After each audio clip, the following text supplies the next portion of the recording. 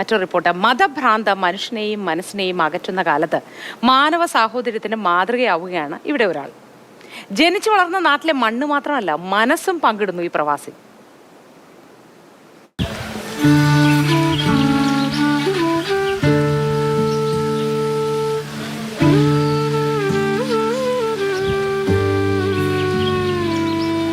ബാല്യകാല ഓർമ്മകളിൽ എന്നും തിങ്ങി നിൽക്കുന്നവയാണ് ക്ഷേത്രങ്ങളും പള്ളികളും കാവും കുളവും നെൽവയലുകളും, അങ്ങനെ ഒരുപാട്.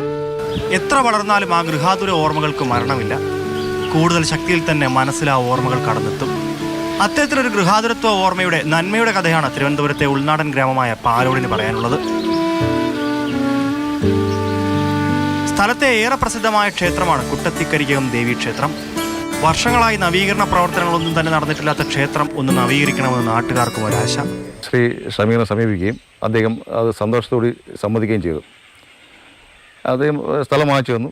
ഇപ്പോൾ ക്ഷേത്രപ്പണി നടന്നുകൊണ്ടിരിക്കുകയാണ്. ചുറ്റമ്പലത്തിൻ്റെ പണി കഴിഞ്ഞു. ക്ഷേത്രത്തിൻ്റെ ബാക്കി നിർമ്മാണങ്ങളെല്ലാം നടന്നുകൊണ്ടിരിക്കുന്നു. നവീകരണം നടത്തി ക്ഷേത്രം വിപുലീകരിക്കണമെങ്കിൽ കടമ്പകളേറെ. സ്ഥലപരിമിതി ഒരു വശത്ത്, സാമ്പത്തിക പരാധീനത മറ്റൊരു വശത്ത്. ക്ഷേത്രത്തോട് ചേർന്ന 10 സെന്റ് വസ്തു വാങ്ങിയാൽ സ്ഥലപരിമിതി മറികടക്കാമെന്ന് അമ്പല കമ്മിറ്റിയുടെ തീരുമാനം. അങ്ങനെ പ്രദേശവാസിയായ വിദേശത്ത് ബിസിനസ് ചെയ്യുന്ന ഷമീർ ഇബ്രാഹിം കുഞ്ഞിനടുത്തും ഈ വാർത്ത എത്തി.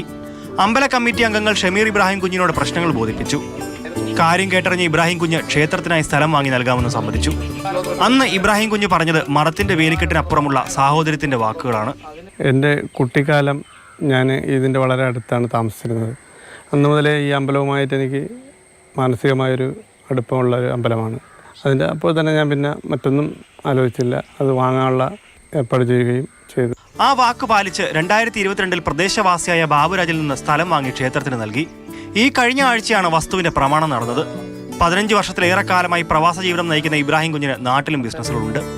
മരത്തിന്റെ പേരിൽ മനുഷ്യർ തമ്മിൽ തെല്ലുന്ന കാലത്ത് സങ്കുചിത ചിന്തകളെ തച്ചുടച്ച് വാർക്കുകയാണ് ഷമീർ. മാതൃഭൂമി ന്യൂസ്, തിരുവനന്തപുരം.